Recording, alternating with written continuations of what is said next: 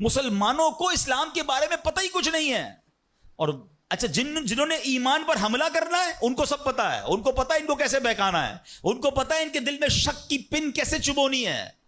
تو خدارا یہ بات سمجھیے کہ اس وقت باقاعدہ ایسے لوگ, ایسے ادارے کام کر رہے ہیں کہ کسی طرح مسلمانوں کا ایمان چھین لیا جائے, ان کو اپنے رب سے ہی جناب یقین ختم کر دیا جائے, اسلام سے ہی ان کو ہلا دیا جائے, مگر فکر ہی کسی کو نہیں ہے. امام عشق و محبت اعلی حضرت نے 100 سال پہلے یہ بات کہی تھی. بتاؤ وہ 100 سال پہلے کے معاملات تھے, اب اور کتنے خطرناک ہو گئے. آپ نے لکھا تھا سونا جنگل رات اندھیری, چھائی بدلی کالی ہے, سونے والو جاگتے رہیو چوروں کی رکھوالی ہے. انہوں نے سمجھایا تھا کہ چور رکھوالے بن گئے ہیں, آپ کو اسلام کے لبادے میں اسلام کی بات کرنے آئیں گے اور ایمان لوٹ کے چلے جائیں گے, پتہ بھی نہیں چلے گا. کہتے ہیں آنکھ سے کاجل صاف چرا لیں یا وہ چور بلا کے ہیں. کیا محاورہ استعمال کیا ہے, آنکھ میں جب کاجل لگا ہوا ہو تو کون نکال سکتا ہے.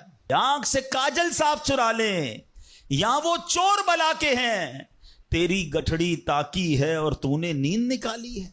یہ دور غفلت کی نیند سونے کا نہیں ہے. ہمارے بچوں کو کتنا پتا ہے اسلام کے بارے میں, خود ہمیں کتنا معلوم ہے, لیکن یقین بزرگوں کا کیسا تھا کہ جناب ان کو آگ میں ڈال دیا جاتا تھا, وہ آگ باغ بن جاتی تھی. یقیناً آج کے دور میں یہ ٹیسٹ نہیں کریں گے ہم. اب یہ بھی نہ ہو کہ جناب کوئی کہے چلو جناب اسلام یقین جو ہے میرا, اسلام حق پر ہے کہ نہیں, آگ میں جاتا ہوں آگ نہیں جلائے گی مجھے. پہلا ایسے یقین بھی تو لائے نا.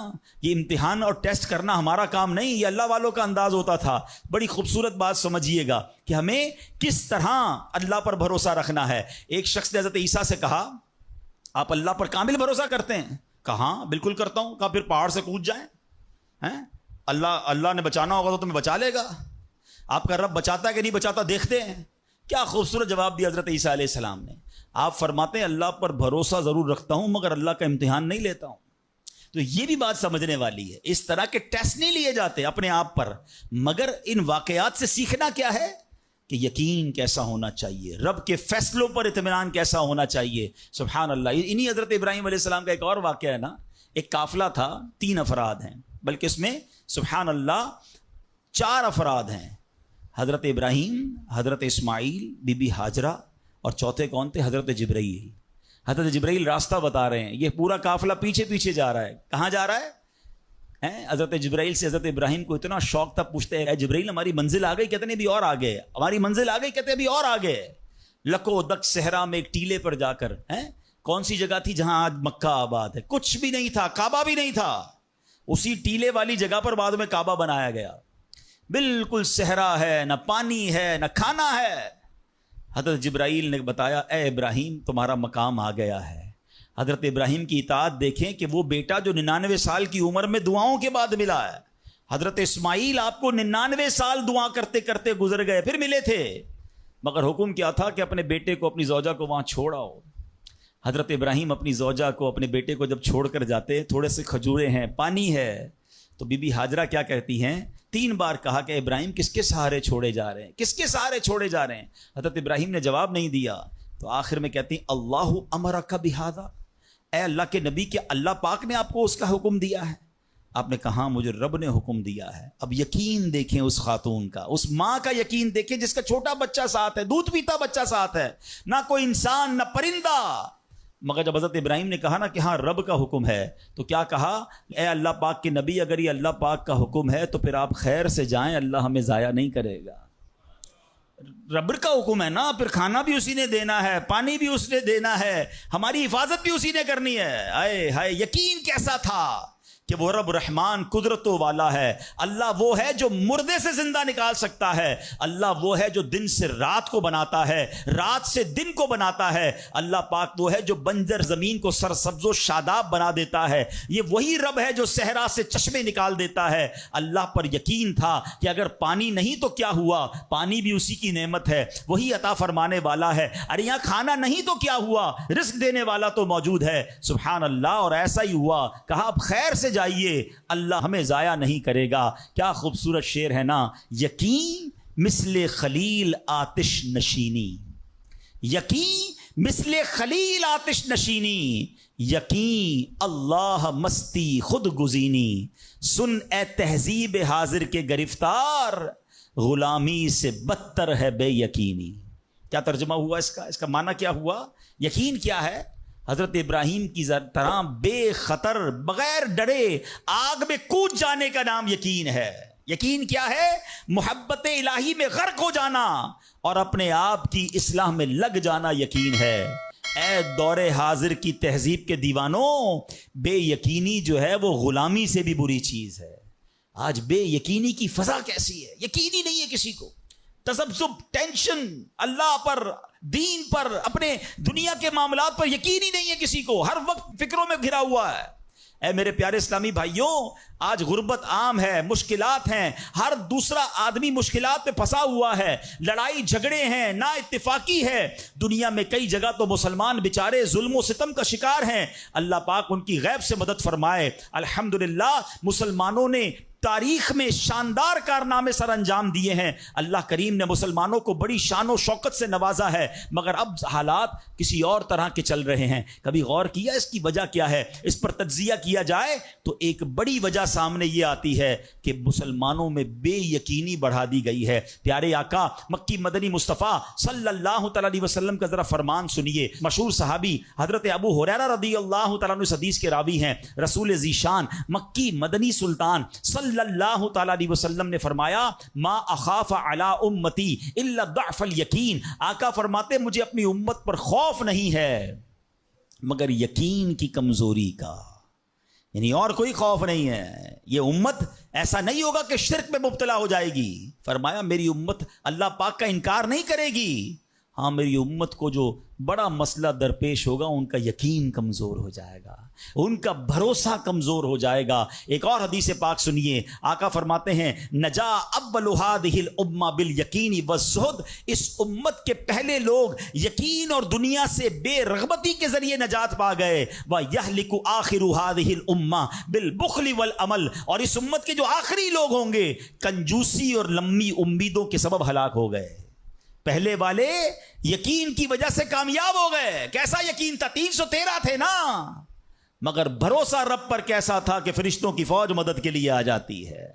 اور بعد والے فرمایا کنجوسی ہوگی، لمبی امیدیں ہوں گی۔ کنجوسی کیوں ہوتی ہے؟ مال خرچ کروں گا ختم ہو جائے گا، یقین نہیں ہے نا، یہ پیسے چلے جائیں گے، زکات نہیں دیتے لوگ، اللہ کی راہ میں خرچ نہیں کر رہے، لمبی امیدیں بنائی، یقین نہیں ہے۔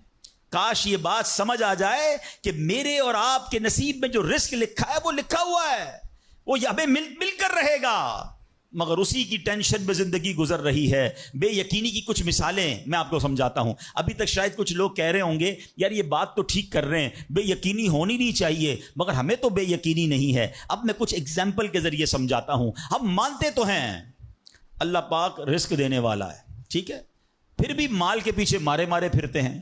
کوئی لندن پیرس کے خواب دیکھ رہا ہے، کشتیوں کے اندر بیٹھ کر، پچھلے دنوں واقعات ہوئے نا، پیسے دے کر وہ ڈنکی لگا کر جاتے ہیں، کوئی راستے میں مر جاتا ہے، کوئی کشتی میں بیچارے ڈوب گئے۔ کیوں؟ یقین نہیں ہے ادھر پیسے نہیں ملیں گے ادھر پیسے ملیں گے، کسی طرح ادھر چلا جاؤں یا مر جاؤں گا بھوکا۔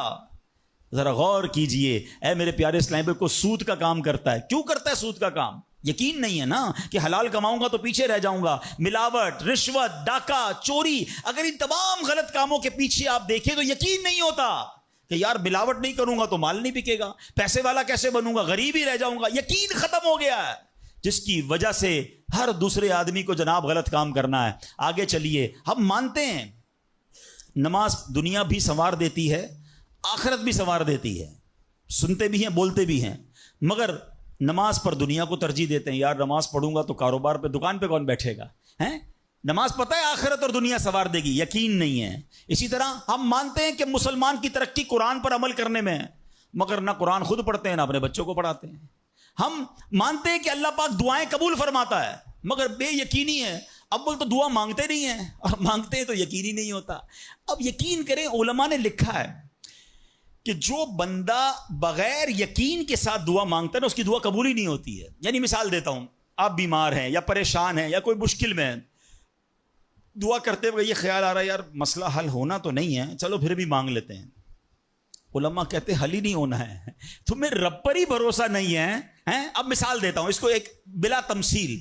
آپ کا کوئی ملازم ہے، اس کو پیسوں کی ضرورت ہے، اور وہ آپ کے پاس آ کے کہتا ہے صاحب 5,000 روپے کی ضرورت ہے، مجھے لگتا تو نہیں آپ دیں گے، چلیں پھر بھی آپ سے مانگ ہی لیتا ہوں. آپ بتائیں آپ اس کو پیسے دیں گے یا ڈانٹ دیں گے کہ جب تمہیں مجھ پر یقین ہی نہیں ہے تو آئے کیوں میرے پاس؟ مجھے لگتا تو نہیں آپ میری مدد کریں گے، چلیں پھر بھی آپ سے کہہ دیتا ہوں میری پہلے ہی آپ نے اس بندے کو ناراض کر دیا نا. ہم کہتے نہیں ہیں مگر ہماری بے یقینی یہ کہہ رہی ہوتی ہے، اور اللہ سے دعا کر رہے ہوتے ہیں کہ اللہ مجھے امید تو نہیں تو دے گا، پھر بھی میں مانگ رہا ہوں. توبہ توبہ توبہ. یقین پتہ ہے کیسے کام کرواتا ہے؟ ایک بڑا پیارا واقعہ ہے. ایک گاؤں میں بارش نہیں ہو رہی تھی اور لوگ پیاسے مر رہے تھے، کئی سال ہو گئے بارش نہیں ہو رہی تھی. آخرکار گاؤں والوں نے پلان کیا کہ سارے گاؤں والے جمع ہوتے ہیں اور مل کر دعا کرتے ہیں، نماز استسقاء، اور اس کا ایک پورا طریقہ ہے دعا کا. ایک قطرہ بارش کا نہیں پڑ رہا تھا، مویشی بھی پیاسے، لوگ بھی پیاسے، کنویں بھی سوکھ گئے تھے. اب جب گراؤنڈ میں لوگ جمع ہوئے نا تو ایک نوجوان ہاتھ میں چھتری لے کر آیا. لوگ اس کا مذاق اڑانے لگے، ارے اللہ کے بندے سالوں ہو گئے بارش نہیں ہوئی ہیں، تم چھتری لے کر آئے ہو؟ تو کہتا مانگنے کس سے آیا ہوں؟ اس رب نے بارش تو دینی ہے، واپسی کیا بھیگتا ہوا جاؤں گا؟ اور علماء کہتے ہیں جب دعا شروع ہوتی ہے تو اتنی بارش ہوتی ہے کہ پورا گاؤں بھیگتا جاتا ہے، وہ نوجوان چھتری کے سائے میں جا رہا ہے. فرمایا یہ اس نوجوان کا یقین تھا جس کی وجہ سے یہ بارش ہوئی ہے. کاش یہ بات سمجھ آ جائے. ارے رب پر بھروسہ نہیں کرو گے تو کس پر بھروسہ کرو گے؟ اپنے دین پر، اللہ رسول کے فرمان پر ہی ہمیں بھروسہ نہیں ہے. غور کیجئے، یہ یقین لے آؤ واپس، زندگی میں موج آ جائے گا. زندگی اتنی پرسکون ہو جانی ہے اگر اللہ کے فیصلوں پر یقین آ جائے، اللہ کی عطاؤں پر یقین ہو جائے، آخرت کے وعدوں پر یقین ہو جائے، نبی پاک کی حدیثوں پر یقین ہو جائے. اعلیٰ حضرت رحمت اللہ تعالی علیہ کا کیسا یقین تھا. ایک بار غالباً اپنی والدہ کے ساتھ حج پر جا رہے تھے. وہ اس زمانے میں پانی کے شپ جاتے تھے. اتنا زبردست رف سی ہو گیا، طوفان آ گیا، لوگ ڈر گئے، کلمے پڑھنے لگے، یہاں تک کہ لوگوں نے کفن نکال لیے کہ چلو کفن پہن لے، ڈوبنے والا ہے جہاز. اعلیٰ حضرت امام اہل سنت مفتی ہیں، ٹھیک ہے نا، اتنے بڑے مفتی ہوتے ہوئے آپ نے بھی والدہ کو کہا میں اللہ کی قسم کھا کر کہتا ہوں جہاز نہیں ڈوبے گا. تھوڑی دیر ہوئی تو ایسا ہی ہوا، جہاز کو کام ڈاؤن ہو گیا، سب خیر سے پہنچ گئے. تو ماں نے کہا بیٹا اتنی بڑی قسم کیسے کھا لی تم نے؟ کہ میں نے نبی پاک علیہ الصلوۃ والسلام کا فرمان سنا ہے، جو کشتی میں بیٹھ کر یہ دعا پڑھ لے، بسم اللہ مجریہا و مرساہا ان ربی لغفور الرحیم، وہ کشتی نہیں ڈوبے گی. میں اللہ کی قسم کھا کے کہتا ہوں کہ میرے نبی نے فرمایا نا، وہ یقین تھا. ہم کتنی بار دعا پڑھتے ہیں مگر دعا پڑھ کے بھی کہتے ہیں پتہ نہیں قبول ہوگی نہیں ہوگی، پڑھ لیتے ہیں. یہ والی چیز نکال دیں. وظیفے ہمارے کیوں نہیں لگتے؟ لوگ کہتے ہیں وظیفہ پڑھ رہا ہوں مسئلہ حل نہیں ہو رہا، تعویذ لیا پھر بھی مسئلہ. تعویذ پہنتے وقت بھی خیال ہی ہوتا ہے چلو یار پہن لیتے ہیں، پتہ نہیں ہونا ہے نہیں ہو تو کچھ نہیں ہونا. وظیفہ پڑھ لیں اور کہہ رہے پتہ نہیں ہوتا. پہلے یقین لائیں. اچھا ڈاکٹر بھی یہی کہتے ہیں، یہ صرف اب یہ وظائف اور ان چیزوں میں نہیں، آپ اگر ڈاکٹر پر بھی یقین نہ رکھیں نا کہ یار اس کی دوائی پتہ نہیں کام کرتی ہے نہیں کرتی، کیونکہ بہت ساری چیزوں کے پیچھے یقین، ول پاور. بڑا خوبصورت جملہ میں نے کتاب میں پڑھا تھا کہ جو لوگ کہتے ہیں یہ ہو جائے گا ان سے ہو جاتا ہے، جو لوگ کہتے ہیں یہ نہیں ہوگا ان سے نہیں ہوتا ہے. کاش یہ بات سمجھ آ جائے آپ کو. ہو جائے گا، اب کر لو گے. بڑے بڑے کام لوگ کر جاتے ہیں، میں کر لوں گا انشاءاللہ، پتہ نہیں ہوگا نہیں ہوگا، ٹرائی کر لیتا ہوں، پہلے ہی سمجھ لو نہیں ہوگا. اندر حوصلہ تو لائیں نا، یقین تو لائیں. اگر رب پر ہی بھروسہ نہیں ہوگا تو ہم کدھر جائیں گے؟ اب ذرا سنیے گا، امیر اہل سنت نے ایک بڑا پیارا واقعہ اپنے رسالے میں لکھا کہ ایک ڈاکوؤں کا گروہ جو تھا ڈکیتی کے لیے ایک جگہ پہنچا. تو وہاں کھجور کے 3 درخت تھے. ایک درخت خشک تھا، یعنی اس میں پھل نہیں لگے ہوئے تھے. دوسرا درخت پھلدار تھا. تو ڈاکوؤں کا سردار نے دیکھا کہ ایک چڑیا جو ہے وہ پھلدار درخت سے اڑتی ہے، خشک درخت پر جاتی ہے، واپس پھلدار درخت پہ آتی ہے، پھر خشک درخت پر جاتی ہے. تو اس نے کہا چکر لگائی جا رہی ہے، کوئی ماجرا ہے. تو اس نے غور سے دیکھا تو کیا دیکھا کہ وہ چڑیا جو ہے وہ پھلدار درخت سے جو ہے وہ کھجور لیتی ہے، اور جب خشک درخت پر جاتی ہے تو وہاں ایک اندھا سانپ منہ کھولے بیٹھا ہے. وہ چڑیا جا کر اس کے منہ میں کھجور ڈال کے آتی ہے، پھر دوبارہ جاتی ہے کھجور لا کر پھر اس سانپ کے منہ میں ڈالتی ہے. وہ جب ڈاکوؤں نے دیکھا تو وہ تو حیران ہو گیا، رونے لگ گیا کہ اے اللہ پاک، یہ وہ جانور ہے سانپ جس کو مارنے کا حکم تیرے پیارے حبیب علیہ الصلوۃ والسلام نے دیا ہے. کیونکہ یہ مسلمانوں کو تکلیف پہنچاتا ہے. مگر تو نے جب اس کی آنکھیں لی تو اس کے رزق کا انتظام کر دیا اور ایک چڑیا کی ڈیوٹی لگا دی کہ وہ جا کر اس کو کھانا پہنچائے. تو میں تو اشرف المخلوقات ہوں, میں تیرے بندوں کو لوٹ رہا ہوں, اے اللہ تو میری توبہ قبول فرما, میں آئندہ ایسا نہیں کروں گا. یہ رونے لگا. اب یہ سوچ رہا ہے, سبحان اللہ. تو اللہ اکبر, غیب سے آواز آئی کہ اے فلاں میری توبہ کا دروازہ کھلا ہوا ہے. ڈاکو کہتا ہے یا اللہ میں نے توبہ کی. پھر غیب سے آواز آئی ہم نے تیری توبہ قبول کر لی.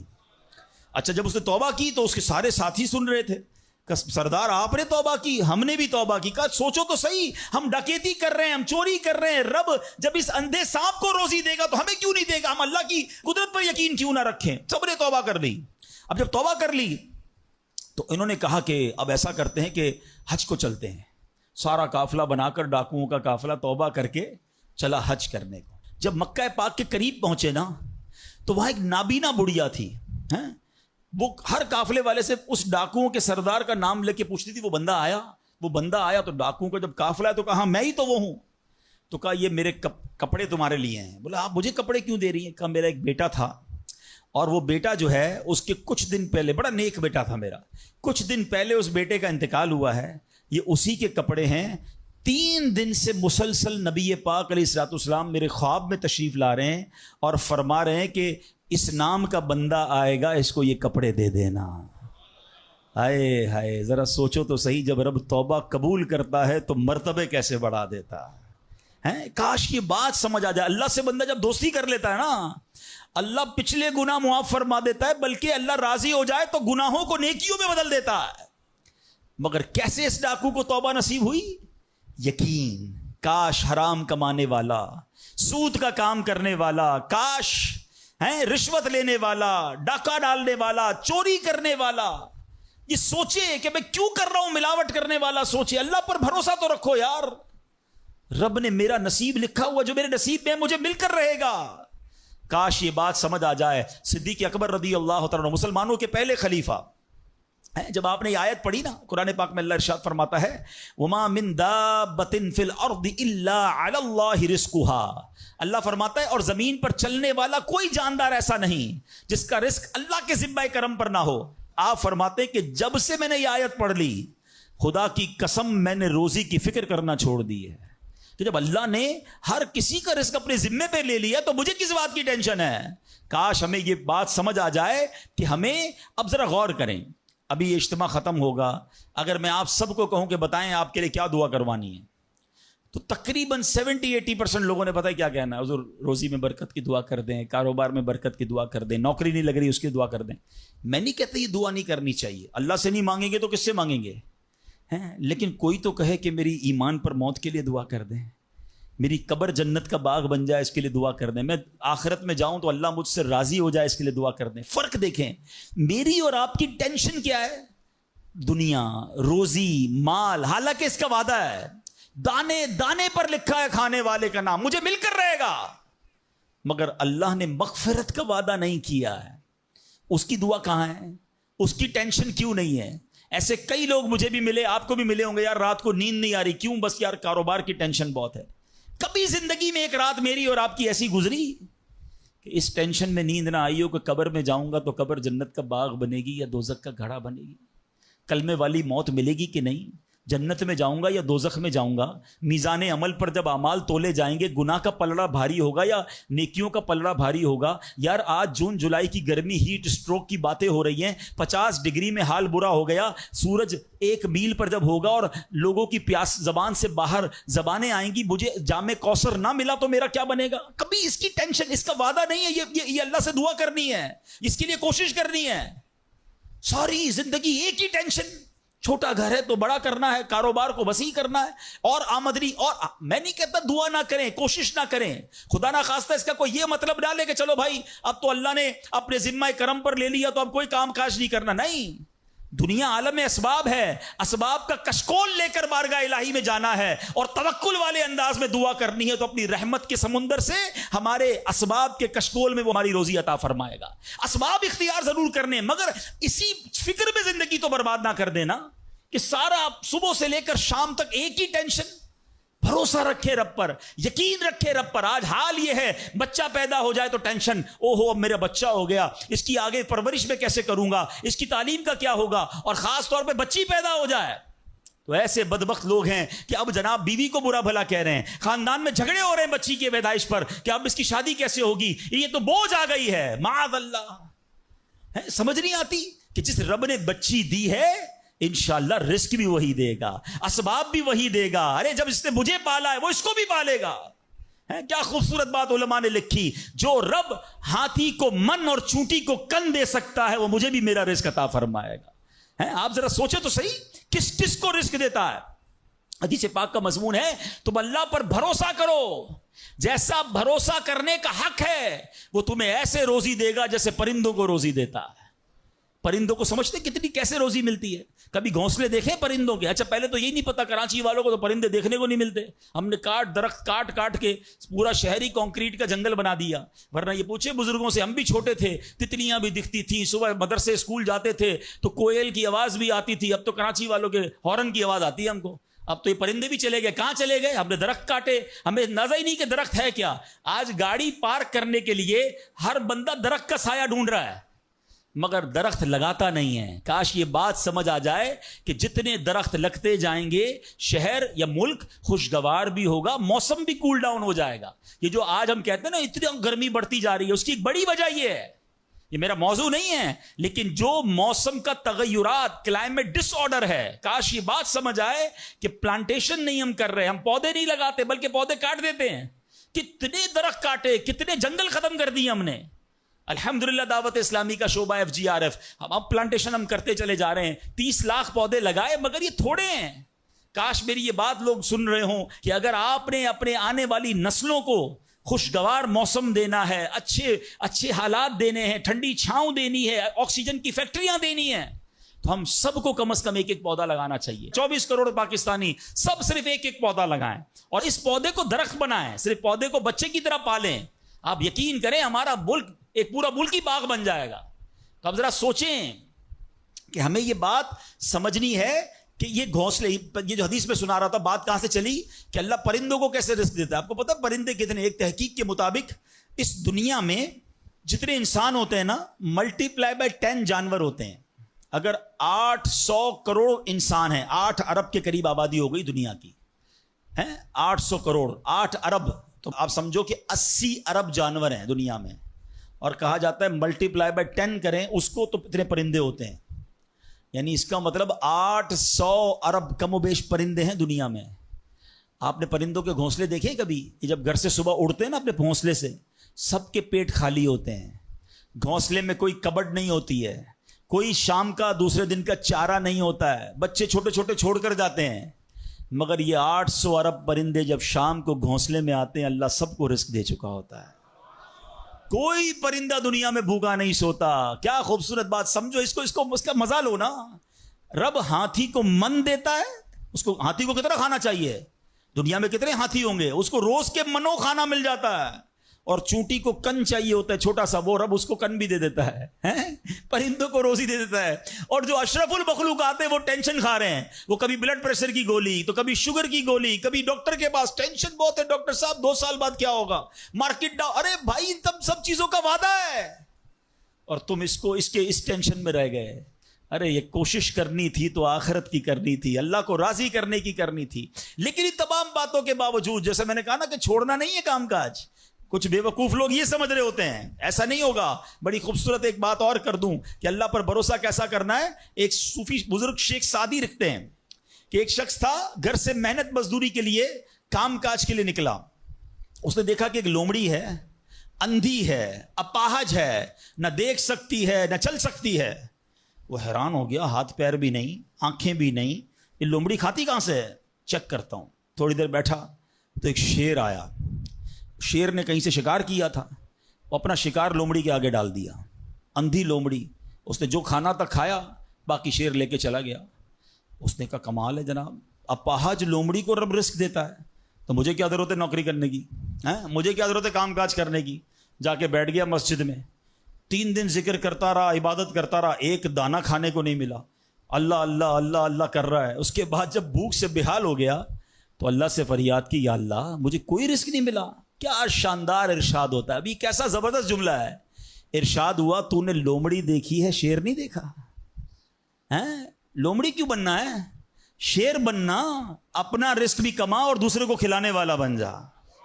کچھ لوگ سمجھتے مجھے کوئی اور کھلا ہے, میرا بھائی کما رہا ہے میں گھر میں بیٹھا مزے کرتا رہا ہوں. نہیں, فرمایا ایک بلکہ واقعہ آتا ہے, ایک بزرگ کے بارے میں آتا ہے. ایک شخص گیا کہا میں نمازیں پڑھ رہا ہوں, عبادت کرتا ہوں, میرا بھائی مجھے سپورٹ کرتا ہے, وہ روزی کماتا ہے. فرمایا تیرا بھائی تجھ سے زیادہ افضل ہے.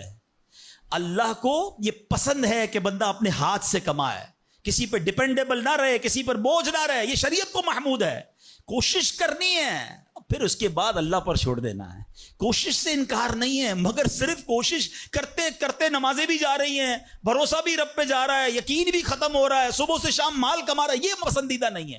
تو ان دونوں چیزوں میں فرق کرنا ہے اور اللہ پر یقین رکھنا ہے. پھر دیکھیں انشاءاللہ کیسے دنیا اور آخرت کی برکتیں ملتی ہیں. تو بہرحال میرے پیارے اسلامی بھائیوں, کاش یقین مل جائے تو پھر دیکھیں یقین کیسے کام بناتا ہے. امام حسن بصری نے ایک حدیث پاک بیان کی.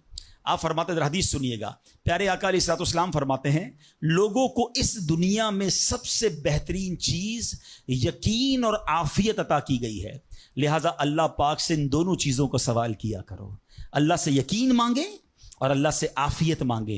امام حسن بصری جب حدیث پاک بیان کی نا تو فرمایا رسول اکرم علیہ الصلوۃ والسلام نے سچ فرمایا, یقین ہی کی برکت سے جنت ملتی ہے, یقین ہی کی برکت سے آدمی جہنم سے دور بھاگتا ہے, یقین ہی کی برکت سے فرائض پورے ادا کرتا ہے, یقین ہی کی برکت سے آدمی ایمان پر ثابت قدم رہتا ہے, اور عافیت میں بڑی بھلائی رکھ دی گئی ہے. اے کاش ہمیں یقین ملے, ہمیں عافیت ملے. حدیث پاک میں آتا ہے, حدیث قدسی ہے, اللہ پر کیسا بھروسہ رکھنا ہے؟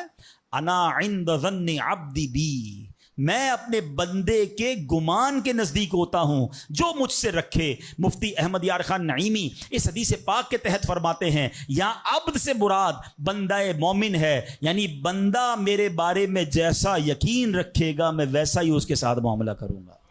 بس یہ سمجھ لو آج بات, میرا اللہ بہتر فرمائے گا, رب میرے لیے بہترین فیصلہ کرے گا, وہ مجھے پالنے والا ہے, میری ماں سے زیادہ چاہنے والا. یقین تو کرو نا اس پر. لوگوں کو اللہ پر ہی یقین نہیں رہا ہے, میرا تو کام ہی خراب ہو جاتا ہے, اللہ معاذ اللہ, اب اس پہ کفریہ کلمات بھی کہہ دیتے ہیں, میرا تو جناب مسئلہ ہی حل نہیں ہوتا, میری دعا تو رب سنتا ہی نہیں ہے, میری مشکل آسان وہ کرتا ہی نہیں ہے.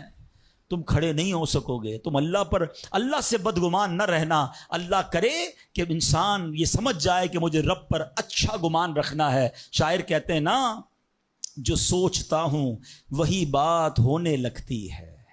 پوچھو پازیٹیو لوگوں سے, ان کے ساتھ پازیٹیو جب سوچتے ہیں پازیٹیو ہونے لگتا ہے. جو سوچتا ہوں وہی بات ہونے لگتی ہے, جڑا ہوا ہے زمانہ میرے گمان کے ساتھ. اچھا سوچو گے تمہیں اچھا ملے گا. اب غور فرمائیے, جب یہ ذہنی بندہ بنا لے یار سچ سے کاروبار نہیں چلتا, تو پھر آپ کو برکت کاروبار میں کیسے ملے گی؟ پہلے ہی آپ نے یقین کر لیا. جب یہ ذہن بنا لے کہ نماز کے لیے وقت نکالا تو کام میں نقصان ہو جائے گا, تو پھر کام میں ترقی بھی نہیں ملے گی. اب ذہن بنا لیا کہ ترقی کے لیے صرف دنیا کی ڈگریاں کمانی ہیں, تو پھر قرآن کریم کی برکات کہاں سے نصیب ہوں گی؟ جب یہ ذہن بنا لیا کہ آج نیکی کا دور ہی نہیں ہے, کچھ لوگوں کا ذہن بن گیا ہے بھائی جناب کوئی نیکی کا دور نہیں ہے, تو پھر نیکی کی برکت بھی نہیں ملے گی. ذہن پازیٹیو رکھیں, ذہن اچھا رکھیں, انشاءاللہ آپ دیکھیں آپ کے ساتھ اچھا ہونا شروع ہو جائے گا. میرے پاس وقت کم ہے, ورنہ اس پر تو پوری ریسرچ موجود ہے. آپ پازیٹیو سوچتے ہیں تو پازیٹیو انرجیز آپ کی طرف متوجہ ہو جاتی ہیں. اب تو سائنس بھی کہتی ہے نیگیٹو سوچتے ہیں تو نیگیٹو انرجیز آپ کی طرف متوجہ ہوتی ہیں, آپ ڈی مورلائز ہونا شروع ہو جاتے ہیں, آپ کے حوصلے ٹوٹنا شروع ہو جاتے ہیں. اور جس کو ول پاور کہا جاتا ہے, جس کو اچھا سوچنا کہا جاتا ہے, اگر بندہ یہ کرنا شروع کر دے پھر دیکھیں اس کے کام کیسے بن جاتے ہیں. تو اللہ کرے کہ بھئی یہ بات سمجھ آ جائے کہ ہمیں اپنے رب سے انشاءاللہ یقین حاصل کرنا ہے. حضرت خالد بن معدان رحمت اللہ تعالی علیہ فرماتے ہیں تعلموا الیقین کما تعلموا القرآن, یعنی یقین کو بھی ایسے ہی سیکھا کرو جیسے قرآن سیکھتے ہو. میں نے بھی اسے سیکھ کر حاصل کیا ہے. سبحان اللہ. اب یقین سیکھنے کے لیے, یقین حاصل کرنے کے لیے علماء علماء نے بڑے طریقے لکھے. پہلے تو بندہ دعا کرے کہ اے اللہ مجھے اپنا یقین عطا فرما. بڑی پیاری دعا حضرت ابوبکر صدیق کیا کرتے تھے. اللہم حب لی ایمانا و یقینا و معافاتا و نیہ. اے اللہ مجھے پکا ایمان، پختہ یقین، عافیت اور سچی نیت عطا فرما. اللہ پاک سے دعا کرتے رہیں اور ایسے لوگوں کے ساتھ رہیں. آخری بات کر لیتا ہوں جناب. پرابلم پتہ ہے کیا ہے؟ ڈی مورلائز بندہ پتہ کہاں ہوتا ہے؟ اس کا یقین متزلزل کب ہوتا ہے؟ وہ کیسے شک اور شبے والی لائف میں آ جاتا ہے؟ یہ صحبت سے ملتا ہے. آپ جب اللہ پر پکا یقین کرنے والے لوگوں میں بیٹھتے ہیں نا، آپ کا یقین بھی بڑھنا شروع ہو جاتا ہے. یار اس کو اللہ پر کتنا بھروسہ ہے. بیمار ہے پھر بھی کہتا ہے میرا رب کریم ہے. پریشان ہے پھر بھی کہتا ہے اللہ کی رضا پر راضی ہوں، میرا رب سب ٹھیک کر دے گا. جب ایسے لوگوں کے ساتھ آپ بیٹھتے ہیں نا، آپ کا یقین توکل بھی مضبوط ہونا شروع ہو جاتا ہے. بندہ اسٹرانگ ہونا شروع ہو جاتا ہے. اور جب بندہ بیٹھتا اٹھتا ہی ایسے لوگوں میں ہے جو ہر وقت مایوسی کی باتیں کرتے ہیں، ہر وقت جناب آنے والے خطرات اور پریشانیوں کا ہی ذکر کرتے رہتے ہیں. ارے بھائی کچھ نہیں ہونا، سب برباد ہو گیا ہے، سب ختم ہو گیا. ان کے پاس جب بیٹھو ایسا لگتا ہے سب کچھ تباہ ہونے والا ہے. ایسے لوگوں کے ساتھ نہ بیٹھیں. حوصلے والے لوگوں کے ساتھ بیٹھیں، توکل والے لوگوں کے ساتھ بیٹھیں، اللہ سے محبت کرنے والوں کے ساتھ بیٹھیں. پھر دیکھیں انشاءاللہ آپ کے کام کیسے سیدھے ہو جائیں گے. ایک آخری بات چلے کر لیتا ہوں. اللہ پر بھروسہ، اللہ کے فیصلوں پر یقین کیسے حاصل ہو؟ مجھے یہ کیسے پتا چلے کہ یار یہ چیز میرے لیے بہتر ہے؟ میں نے کئی بار اپنے بیانات میں یہ ایگزامپل دی ہے، میں دوبارہ دے دیتا ہوں شاید کسی کے دل پر اثر کر جائے. میں مثال دیتا ہوں. ہمیں بعض اوقات بندہ پتہ ہے اللہ سے یقین کہاں ٹوٹتا ہے؟ جب بندہ دعائیں مانگتا ہے، التجائیں کرتا ہے، بڑی رو کر التجا کرتا ہے، مصیبت میں ہوتا ہے، اس کو کوئی چیز چاہیے ہوتی ہے اور اس کو نہیں ملتی ہے، تو بندہ کہتا ہے رب تو میری سنتا ہی نہیں ہے. اتنی دعائیں کی، مسجد میں جا کے کی، مکے مدینے میں جا کے کی، فلاں بزرگ سے بھی دعا کرے، نہیں ہو رہا میرا کام. جب بندے کا کام نہیں ہوتا نا تو اس کو لگتا ہے کہ یار میں اللہ پر کیسے بھروسہ کروں. یہاں جا کر شیطان حملہ کرتا ہے. اب آئیے اس وسوسے کو کیسے ختم کریں. آپ میں سے کئی ایسے مجھے نظر آ رہے ہیں جو والد ہوں گے یا بڑے بھائی ہوں گے. آپ کا کوئی چھوٹا بیٹا یا چھوٹا بھائی ہو اور بیمار ہو جائے، اس کو بخار ہو جائے، گلا خراب ہو جائے اور وہ رونے لگے کہ ابو میں نے آئس کریم کھانی ہے، میں نے ٹھنڈا شربت پینا ہے. اچھا بتائیے آپ اسے ٹھنڈا شربت پلائیں گے؟ وہ رو رہا ہے آپ کے سامنے، آئس کریم کھلائیں گے اسے؟ جواب دیجئے نہیں. وہ رونے دیں گے آپ اس کو. آپ کا ایک دوست برابر میں بیٹھا ہو اور کوئی کہے یار کیسے ظالم ابو ہیں، بچہ رو رہا ہے دے دینا اسے آئس کریم. تو آپ ایک جواب دیتے ہیں میں والد ہوں، مجھے پتا ہے اس کو کب کیا دینا ہے. ایسا ہی ہے نا. اب ذرا دل پر ہاتھ رکھ کے میرا جملہ سننا. تم والد ہو، تمہیں پتا ہے بیٹے کو کب کیا دینا ہے. میرے مالک کو نہیں پتا مجھے کب کیا دینا ہے. میں رو رہا ہوں، میں گر گڑا رہا ہوں، میں تڑپ رہا ہوں، وہ نہیں دے رہا. ارے یہی بہتر تھا. ہو سکتا ہے کہ میں جو مانگ رہا ہوں مجھے مل جاتا تو وہ میرے لیے اور برا ہوتا. علماء کہتے ہیں کسی کا امیر ہونا اس کے لیے اچھا ہے کیونکہ وہ غریب ہوگا تو وہ ایمان سے متزلزل ہو جائے گا. کسی کا غریب ہونا اس کے لیے اچھا ہے کیونکہ اگر اسے مال دے دیا جائے گا تو اس کا ایمان چلا جائے گا، وہ غلط کاموں میں پڑ جائے گا. کسی کو اولاد دینا اس کے لیے اچھا ہے اور کسی کو بے اولاد رکھنا اس کے لیے اچھا ہے. ہو سکتا ہے بیٹا ایسا ہونے والا ہو جو بڑا ہو کے باپ کو ہی مار کے گھر سے نکال دے. کیا ہم نے نہیں دیکھے ایسے واقعات؟ ایسی اولاد نہیں دیکھی جو ماں باپ کو قتل کر دیتی ہے؟ لوگ کہتے ہیں اس سے بہتر تو بچہ ہی نہ ہوتا. ارے رب بہتر جانتا ہے مجھے کیوں بیٹا نہیں مل رہا، مجھے کیوں بیٹی نہیں مل رہی، مجھے کیوں اولاد نہیں ہو رہی، مجھے کیوں مال نہیں مل رہا، میں اب تک گھر کیوں نہیں لے سکا. ہو سکتا ہے میرے رب نے اس کے بدلے میرے لیے بہت ساری نعمتیں رکھی ہوں. کاش یہ بات سمجھ آ جائے. مجھے ایک بات بتاؤ نا، میری ماں، آپ کی ماں، دنیا میں سب سے زیادہ ہم سے پیار کون کرتا ہے؟ ہماری ماں کرتی ہے. کبھی ماں ہمارے لیے غلط فیصلہ کر سکتی ہے؟ نہیں کر سکتی. ارے جو ماں میرا اچھا سوچتی ہے، اس ماں کے دل میں جس نے ممتا ڈالی ہے، جو کروڑوں ماؤں سے زیادہ مجھے چاہنے والا ہے، وہ میرے بارے میں کیوں نہ اچھا فیصلہ فرمائے گا. کاش یہ یقین آ جائے کہ جو رب نے کیا ہے وہی بہتر کیا ہے. سبحان اللہ. زندگی کا ایک اصول بنا لو، میرا کام، جب آپ کا کام ہو جائے نا تب بھی کہو اللہ کا شکر ہے، اور جب کام نہ ہو کہو جب بھی اللہ کا شکر ہے. میرے لیے یہی بہتر ہوگا. آپ مزے میں آ جاؤ گے.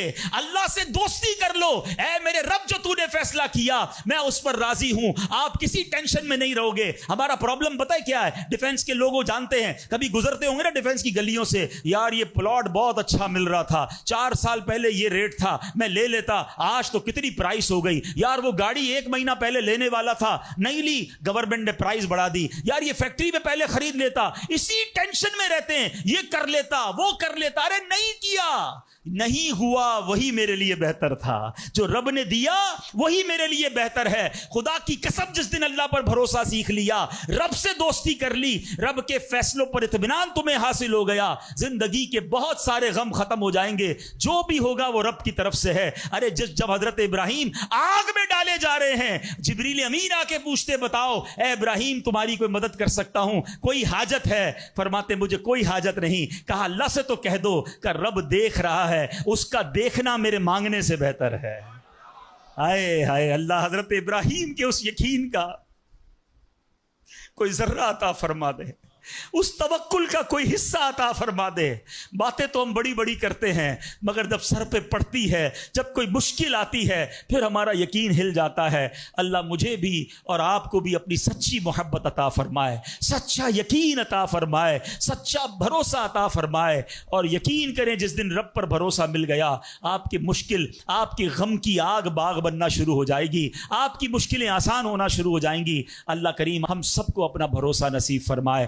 الحمدللہ ایسی پیاری باتیں دعوت اسلامی کے اس پیارے ماحول میں سکھائی جاتی ہیں. میری گزارش ہے اس مدنی ماحول سے وابستہ رہیں. صلو علی الحبیب صلی اللہ تعالی علی محمد.